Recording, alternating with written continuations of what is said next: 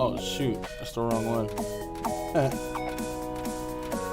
There we go. Here. What's up, guys?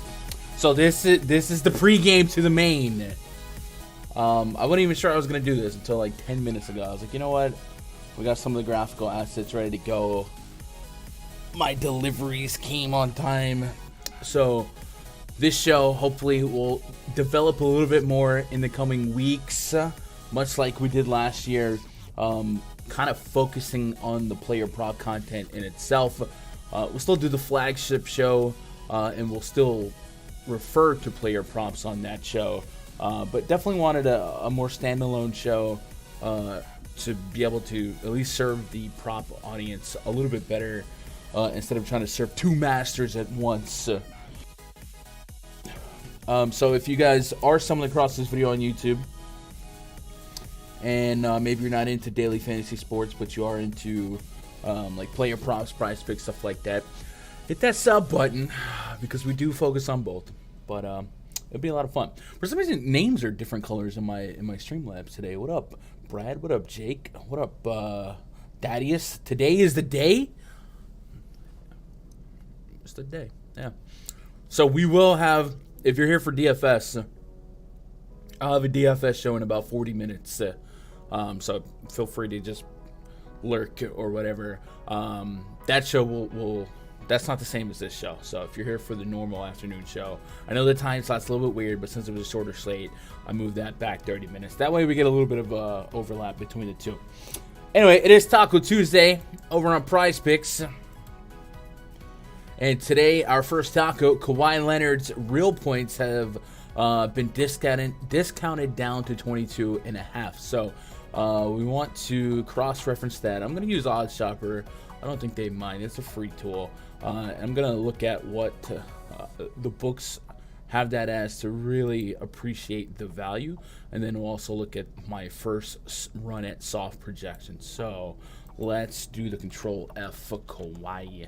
Kawhi's at 26.5 points, and that's pretty fair. So, yeah, no reason not to be interested, at least in this taco. And we are limited on how long we can use that taco. It's only good for another 40 minutes, so maybe we can come away with a couple of pairs real quick. So we'll put Kawhi Leonard over 22.5 points as the first taco. What up, Eric? What do you play the most, P2, 4, or 6? I do them all. Usually I'll round robin like a 4 card as kind of my process, but I don't mind doing the 5 or 6s, and I can still round robin those. Yeah, so I do them all. I would have more weight, more money on the shorter ones than the big ones. And I know some people play a little bit different, but I'm safe with it. Let me lower this a little bit. Yeah, we're good now. All right, so we're going to go game by game here real quick. And before I do that, I do want to verify the taco one more time in terms of my projections. I have Kawhi at, wow, my points are actually shy of that. I might adjust that. Let's go game by game, see if there's any pertinent news. So we did get Gabe Vincent questionable, but we do have Jimmy Butler in, so the Heat look like they're fully healthy. The Cavs are pretty much fully healthy. Kevin Love has missed the last couple games, so he's not a lock to play. He's probable. Okay, so we have basically two fully healthy teams, Heat and Cavs, and this should be a defensive, slow-pace nightmare. Cavs and the Heat have two of the bottom 3 paces in all of basketball, and when it comes to defensive efficiency, Cavs are number 2, Heat are number 4. So not expecting a lot of possessions, not expecting a lot of scoring. So maybe this is a game where we sniff around on some unders. Let's go to Heat side first. And Bam Adebayo is at 20.5 points. That's an intriguing one. So he's averaging 21.5 on the season. And because both teams are so good on defense, it's top to bottom. The Cavs and the Heat are also two really the strongest defenses in terms of preventing points in the paint. Heat allow the fewest. The Cavs allow the second fewest. So we might be interested in this. Let me pull up a Wowie for Miami.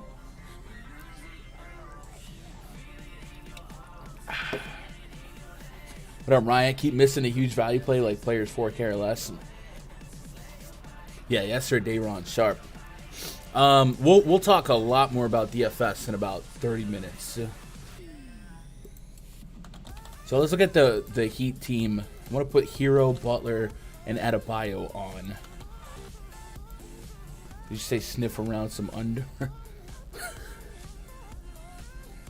I didn't mean to say that, but when it happened, I was like, did I just say that? I don't know. Hopefully not.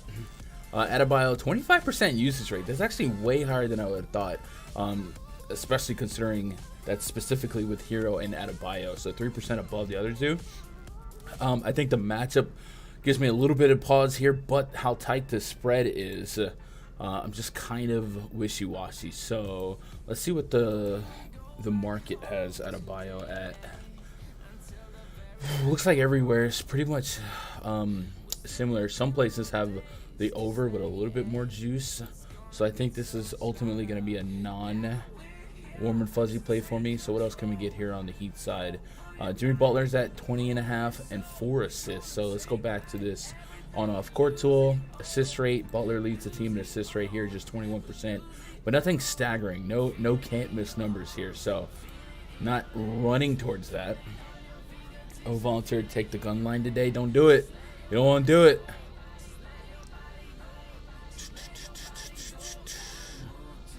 I don't think I'm going to walk away with anything from the Heat side here. Have you guys done any Heat looks already? I feel like everything is so appropriately priced. The one thing I usually get a little bit interested in picking on when it comes to both these teams is three-point shooters. I think with the Heat, we can more so key in on that. If you look at the team metrics chart in the RunDFS.com NBA VIP spreadsheet, we go to the opponent three-point frequency. The Heat allow the second highest amount of shot percentage from behind the arc, meaning 43% of the teams facing the Heat, 43% of their shot selection are three balls. So maybe we try to tap into that with the Cavs a little bit more. But I can't imagine we're going to get a deal on Garland or Mitchell. So let's put Cleveland in the blender. See what we might walk away with. What up, Danny? Any thoughts on Bam? All right. Oh, man. We are, I'm not anti that, Danny, but I do want to say that, like, right now, I'm trying to focus on player props. If you guys are out there lurking and you're just so confused, like, what the heck am I talking about? We're doing player props right now. I'll be back in about 25 minutes with DFS stuff. So if you got a bunch of DFS questions, like, I don't mind looking at them here, but we'll go game by game again for DFS in another 25-30 minutes, you know. Taco versus Mobley, 1.5 blocks and steals. You like that? All right. So what about three-point shooters from the Cavs? If we look at the chart here, we've got Donovan Mitchell, no surprise, leads the team in three-point attempts per game. And almost just under half of his shots per game are from downtown. And Darius Garland over 6 three-point attempts per game with almost a 40% field goal percentage. I guess when it comes to Mitchell, I should have had DraftKings open. I don't. I'll open it though. I'm trying a new playlist for stream. I don't know if I'm vibing with this one, y'all. I need some more slow, deeper beats. This one feels not.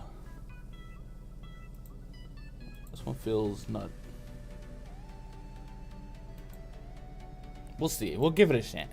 You know, I don't want to give up on it too soon, so we'll give it a chance. All right, let's go Donovan Mitchell.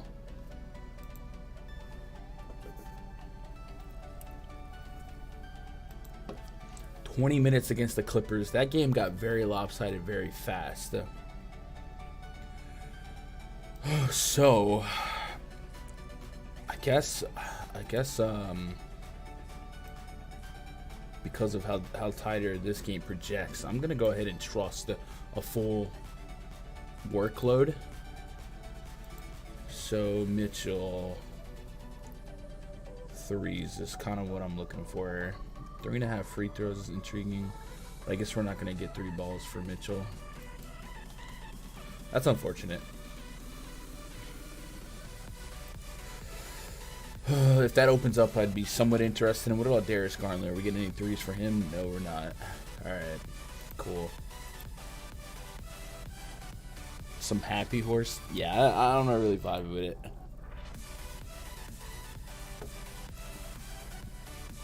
All right, let's switch it over to the usual bangers. Here we go. You like DeMar over points, Vooch over assists as well. All right.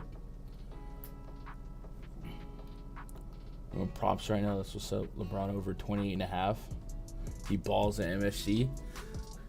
I tweeted in jest that he has to score like 118 points tonight to pass Kareem. A couple weeks ago, people were placing bets on him to break the record in the Garden, so that's why I was joking about it. Because I don't think he's gonna break the record in the Garden tonight, guys. Little spoiler. All right, so I have seen Evan Mobley's name dropped a lot this morning, looking on Twitter and in some Discords. So I did want to spend a little bit of time looking at why, and are people overreacting to this last couple games? So we'll start with just pulling up his game log and appreciating what he has and has not done. So 17, 18 shot attempts. First of all, 2 really, really good matchups against Houston and OKC. Secondly, there was no Kevin Love and no Donovan Mitchell, right? So things changed drastically. So let's get some official numbers on that. We'll put Mobley on the court. Who is guarding him tonight? I mean, to be fair, the Heat have the best front court defense in all of basketball, so probably them. And let's take off Mitchell and Kevin Love.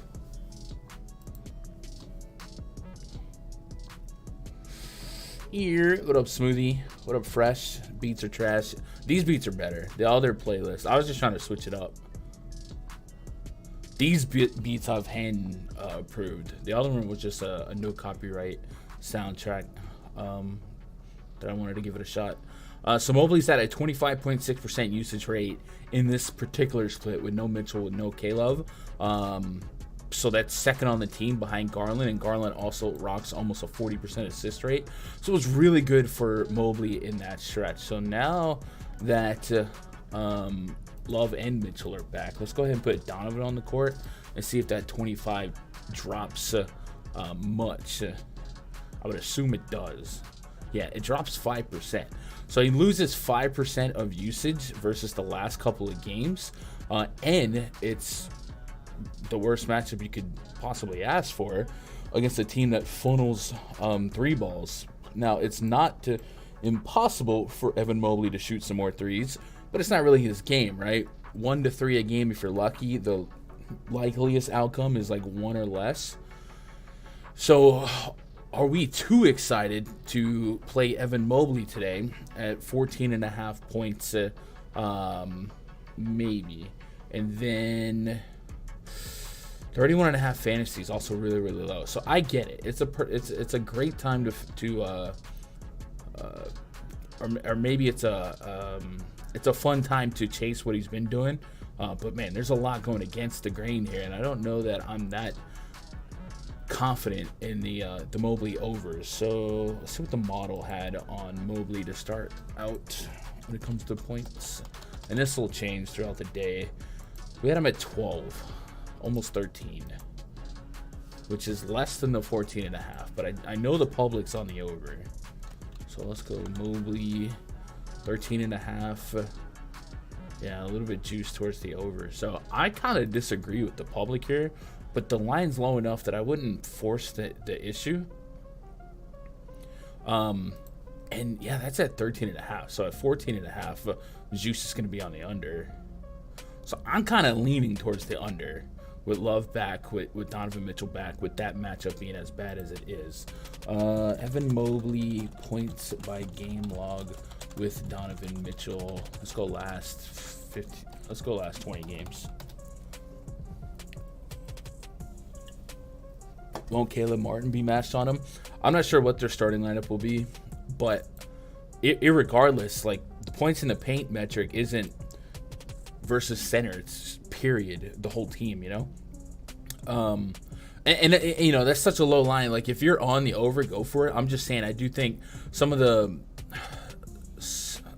steam that I've been reading on Twitter, where people are excited to go after the over here, I don't know that they're putting full context to the situation. So Miami, the fewest points in the paint allowed, just point blank period, and a little less than half of opponents shooting is from downtown, and that's not really Mobley's game. So I just don't know that there's a lot of supporting factors to like the over.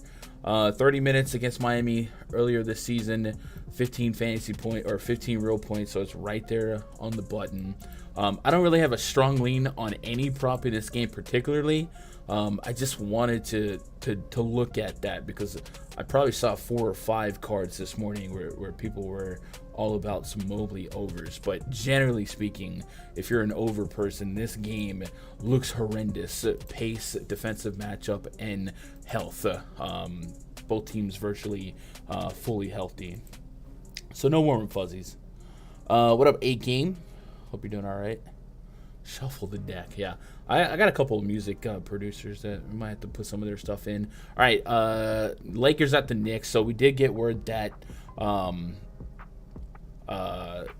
Patrick Beverley was out. I gotta add him to the out list here.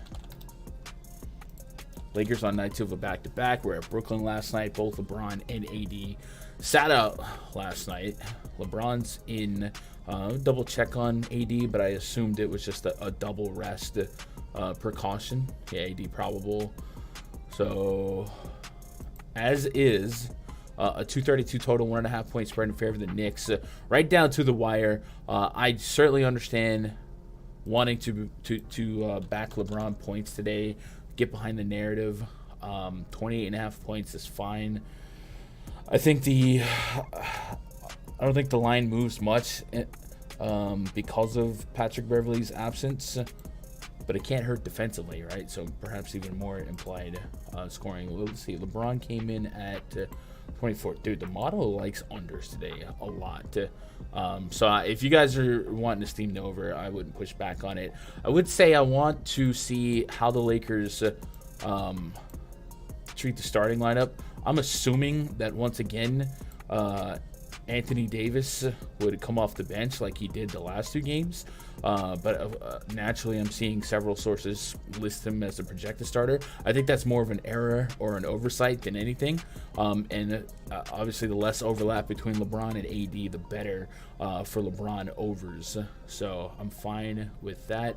But I don't really like to drink from the top shelf or bet from the top shelf. So what else could we attack in this game? Did you guys already sweep through? I was somewhat interested in Julius Randle for this crazy stretch that he's been on. So let's look at the Knicks specifically. Let's go New York. Westbrook over 15. Davis played 34 minutes. Yeah, I'm not worried about the restriction or the minutes necessarily for AD, but also remember that went to overtime. That was that ridiculous Bev foul non-call for LeBron. So it's a good sign that he played 34 minutes, but I don't think that was fully intentional, right? But irregardless, I think that's an incredible sign for his health going forward. New York, quickly, Jalen Brunson. Brunson's an intriguing one without Patrick Beverley now. Everyone has a plus matchup, I think, in this spot against the Lakers. If AD and LeBron started, maybe it's a little bit more resistance in the front court, but Julius Randle's just been getting it done. So if I wanted to attack some Jalen Brunson props, is it assists, fantasy points? I have Brunson for 46, almost 47 fantasy points. And he's averaging 6.3 assists per game. Again, Knicks looking a little bit more healthy than usual, but we do still get Thibodeau-type minutes for starters. So let's put Brunson, Randle on the court, and just straight up see what happens. I guess it's fair to put RJ Barrett on the court as well. But Brunson overall a 28.6% assist rate. So that's really good. And just to isolate a little bit more and replicate what Barrett's involvement might mean for that, Brunson's assist rate is rock steady at 29. So from all of that, I think Jalen Brunson's assists look the most intriguing to me at 5.5. That's less than his season average against an above average matchup that lost their best guard defender in Patrick Beverley. So that might be a lean. Anybody else have an opinion on that one or anything from this game? Let's put Jalen Brunson over 5.5 assists, and then let's see what the market is saying about that. So let's go to assist. Like, yeah, that Edwards, what was it, rebounds and assists? That was a real good call.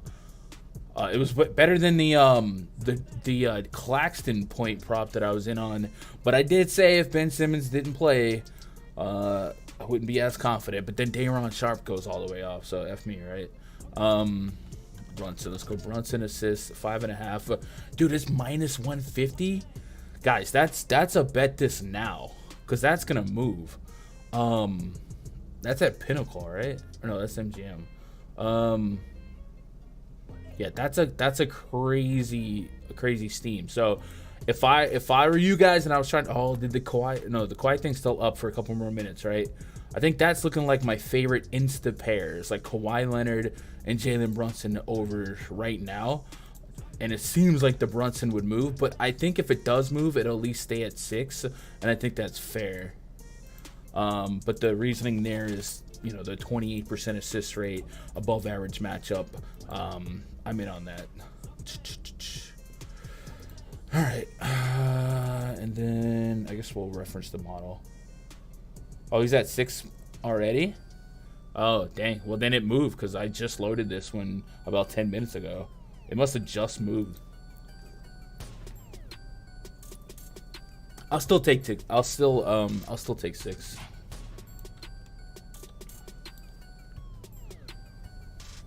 You like Julius Randle PRA? Yeah, I moved to 6. Dang. Yeah, I was gonna say that minus 150. That was an act now. Dang, I wish I would have caught that a little bit sooner. But I'll still take 6, right? Push, whatever. What about Jericho Sims rebounds? Let's go pull up his rebound rate in this split. And let's take off Mitchell Robinson. They have both 5.5 and 6? That probably isn't right. I don't see the... Oh, they do have both 5.5 and 6. Chat, don't tell nobody. Go. Don't worry, I'll wait. What is that about? Is that normal? Does that happen a lot? I don't recall that, but yeah. If they let you get action on that right now, and I would max the Kawhi, Taco, and the 5.5 over.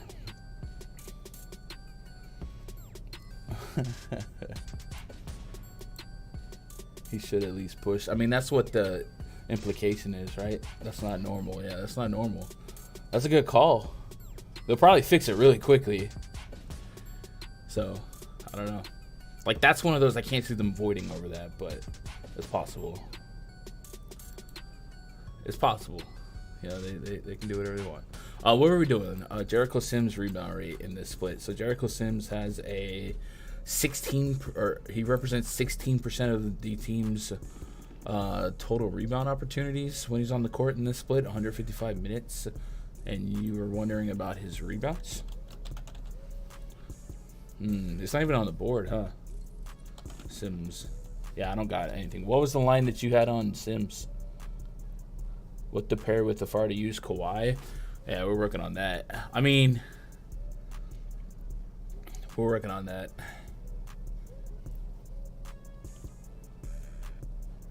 Somebody, what about Jericho Sims rebounds? I didn't see a number on that, TJ. Who plays more, Bryant or Gabriel? I think I would assume Bryant, but I think Anthony Davis is the answer. If we look back at that Celtics game, I guess. What was the level of involvement for Wenyen Gabriel? He was a DNP. So there's a chance Wenyen Gabriel doesn't take the court tonight if they run back the last game. And then we look at that Spurs game as well.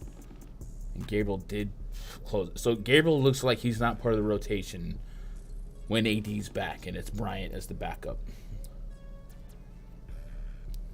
Just got the Brunts at a 5.5 paired with the Kawhi Taco. Let's go, Smoothie. I think Gabriel, yeah. No. Gabriel's not even part of the rotation normally. Didn't play the last 2 games that AD played, and AD's probable. Chris, appreciate the sub, man. Welcome to the channel. All right. We gotta keep it moving pretty fast. Yeah. What up, Conscious? Dude, names are different colors in my Streamlabs today. I don't know what that's about. All right. So give me Brunson assists. I'll still take the 6 assists, guys, but I love that 5.5 fine. Clippers at the Bulls. 226 is our total here. 3-point spread in favor of the visiting Clippers. So we did get a relatively healthy version of the Clippers. Reggie Jackson questionable. And I know we're in on Kawhi to at least drop 23, 24. So I guess the biggest query here would be PG and Kawhi together. What kind of numbers does that produce for us? 28% usage on PG, 26% on Kawhi. Yeah, and they coexist relatively well. Both guys averaging over 20 points per game, so I'm fine with that. I guess the Bulls, I do like to pick on them with 3-point shooters as well. So who's chucking the most threes for the Clippers lately? Paul George. Then Marcus Morris is shooting some threes like that? Really? I know he's questionable. Hasn't played since the 24th. We're probably not going to get props for that, but that's something to keep an eye on. So, looking at the Clippers. I just type Clippers. How do you... Okay. Can we trust Zubac? Trust? Probably not. That 23.5 fantasy point prop is really, really doggone low, though. Any 3-point props from the Clippers? We got 2.5 on Paul George. I'm kind of interested in that. So let's justify this. Paul George leads the team in 3-point attempts per game of 7.6. Let's put it on the court with Kawhi. Paul George is a 38% 3-point field goal percentage. And let's look at... And if you take off Marcus Morris, it might be a little bit more of a hole here. So Paul George, points by game log with Kawhi Leonard. Let's go last 10 games. What's on your list so far? It's a short list. Brunson over 5.5 or 6. 5.5, you could still get it. And then we'll take the Kawhi Taco. Although my model actually had Kawhi on the under, but I'm fine with this. So 3-point attempts, 9, 8, 9. The last 3 games with Kawhi hits the over 2.5 versus today's prop. Dallas is the other matchup on that. Dallas, a really, really slow-paced team. San Antonio, 32 minutes in that game. Didn't take as many attempts, but San Antonio is just such a gaping hole defensively. So I'm kind of interested in the over Paul George 3-pointers. Let's go see what the books are thinking on Paul George.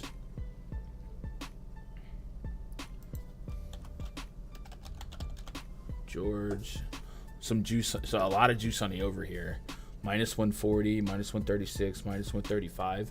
So we'll let that steer some confidence.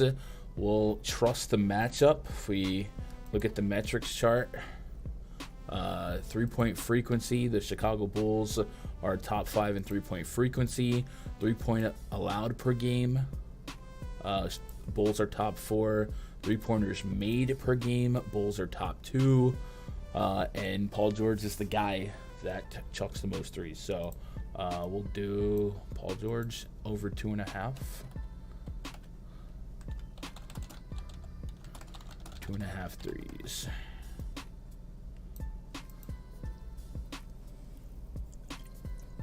Here, what up, Vic? Hope you're doing all right.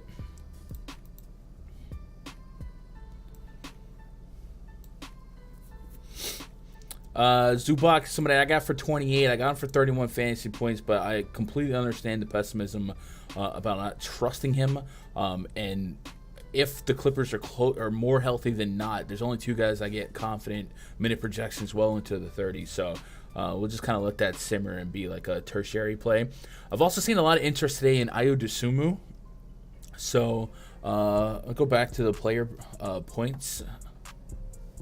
Looking at stack of the Knicks, Kawhi heavy exposure.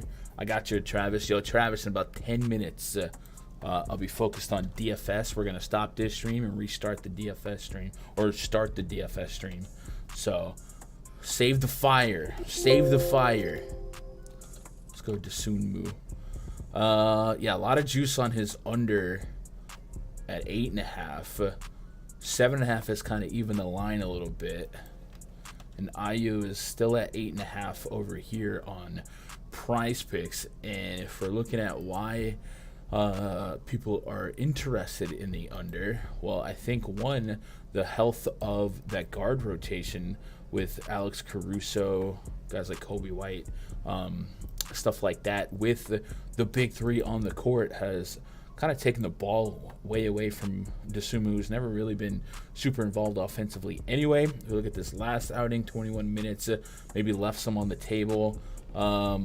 Later in the game, we look at the game prior. Bulls and Hornets, Dosunmu, Caruso, Kobe White. So, yeah, minutes could be a problem for him. And then we'll put Ayo on the court with DeRozan, with Levine. What up, Chester? Hope you're doing all right. And then Vooch. What up, EB? So Dosunmu has a 14% usage rate. That's about with Patrick Williams in terms of tied for guys behind the core 3. And if we look at shot volume for Dosunmu, not a lot. 4, 7, 7, 4. So, yeah, I can see it. So I think while we still have the line at 8.5, there's some value. At 7.5, it's a little bit more appropriate. So we'll go Dosunmu under 8.5 points. I know that's a sweat, but it makes sense. I got him for 26 minutes. Let's see what the prop chart equated that to. Right about favorite value play. I haven't really dissected the DFS side. We're gonna talk about DFS in about 10 minutes, guys, on a different show. Levine, DeRozan, Vooch. I never really have a different strategy when it comes to those guys. I think the lines are usually pretty well priced. I've seen a lot of DeRozan interest today, 25.5 point line for him. I'm fine with that. 39.5 fantasy points. If you like the over, you like the over. I'm pretty well over that line for DeRozan. I have him at about 46. We look back at that usage rate. He does edge out the other guys slightly in terms of usage, almost 24%, with about a 1.12 PrizePicks point per minute production rate. So that 1.1 times a 38-minute projection he's been playing, it gets to over 40 real quick. So if I had if I had to lean, I'd probably think about DeRozan over fantasy, just to throw a net over everything. It's a lean though. It's just a lean. So let's type that up though.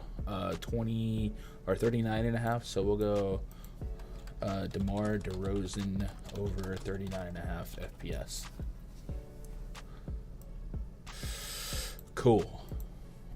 You guys got anything specifically on that game? Didn't read the title. It's fine, Harden. I know it's, like this was, it was kind of spur of the moment, but we did discuss it at the end of yesterday's stream. So we'll probably make it a little bit more solidified. And I know at this particular time, we're usually on the air for DFS, so I don't mind you guys here, thinking DFS. Bucks and the Hornets, 244 total. Don't adjust your sets. 244 total. That's pretty crazy. Relatively healthy Hornets team. Still sans Kelly Oubre, Cody Martin. And then a relatively healthy Bucks team. They did have a door open for Giannis to maybe troll us here, but it looks like Giannis is going to play. So we'll keep our ear to the ground on that.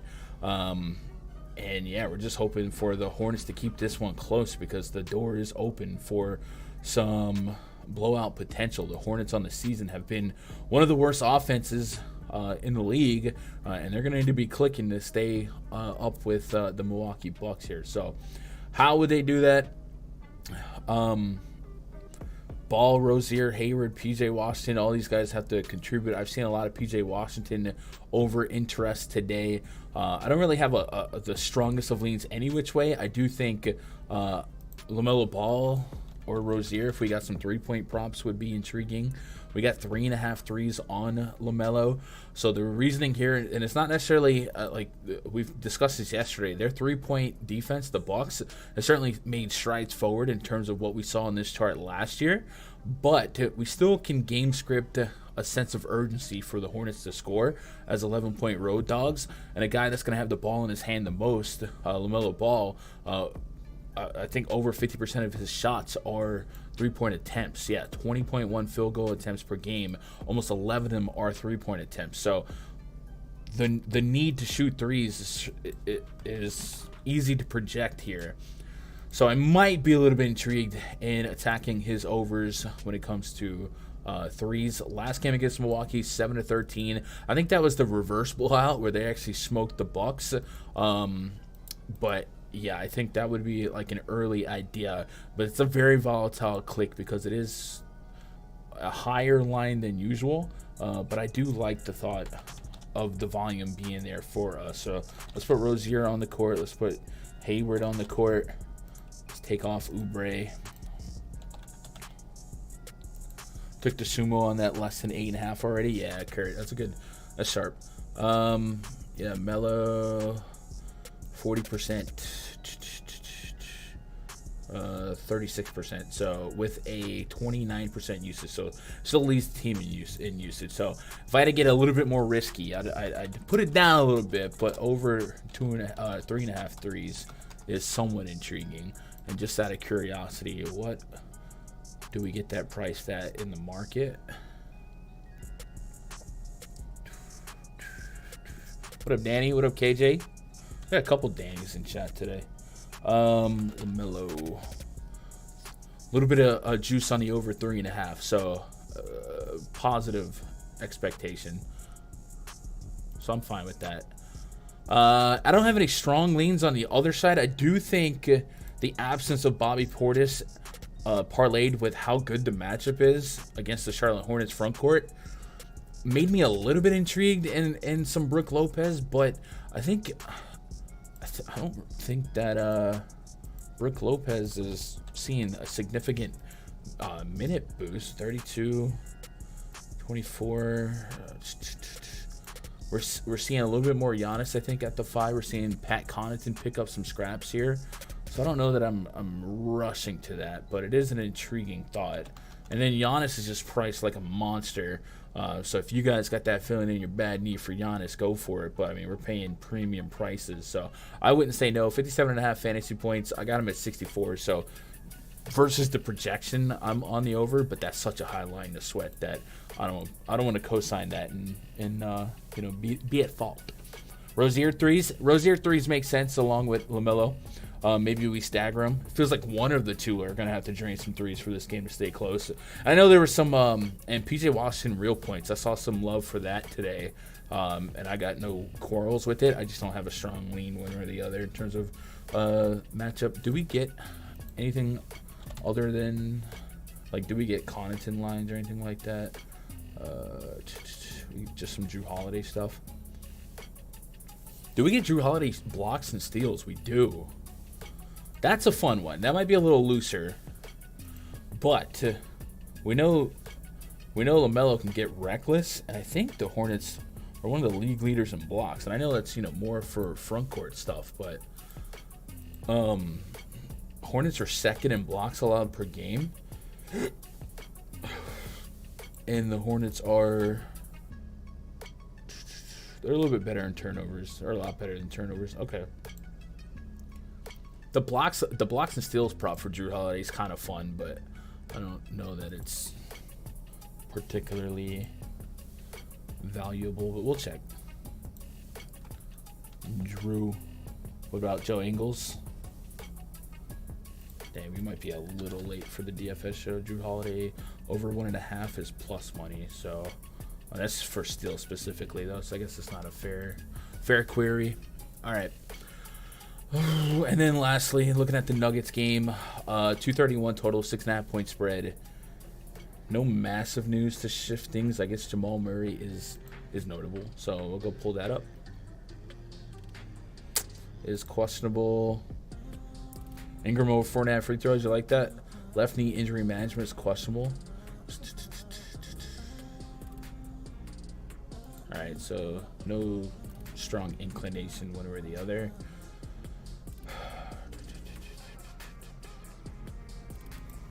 How are we feeling about Ingram's minutes? 29, 26, 18. Competitive ball games, last 2 games. Looks like he's slowly progressing in terms of expanding on those minutes. So I'm a little uncomfortable. But getting through the free throw line, shooting free throws at a high clip. 4.5 is what you like, Sleuth. I wouldn't push back on that. I do have some concern about what kind of minutes we might expect for him, especially a Denver team at home catching, any team in the altitude.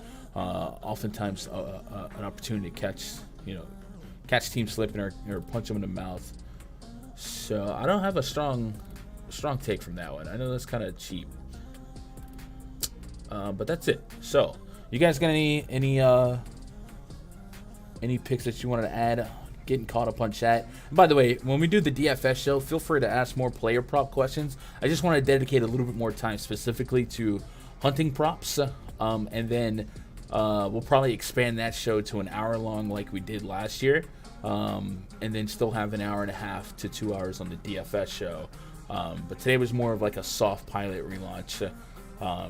So if you guys do have suggestions, or if you're watching this on replay, let me know in the comments what you guys might want to see out of a show like this, in terms of hunting props, right? I have a feeling Middleton gets in the mid-upper 20s in minutes today. Yeah, they're kind of working his way back into it too, so I can see that. Hornets always seem to go crazy versus Bucks. Yep.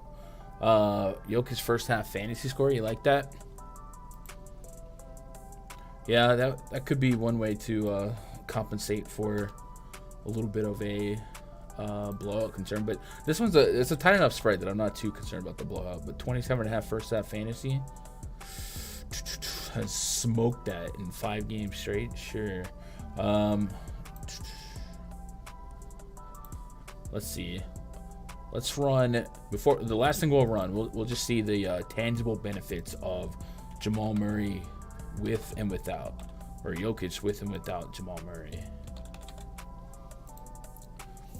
You like Paul George first half PRA or fantasy, or neither? I'd probably lean fantasy.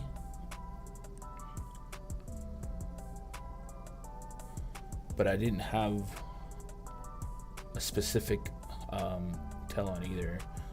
So Jokic assist rate 41% in that split. That's just insane. 28% usage.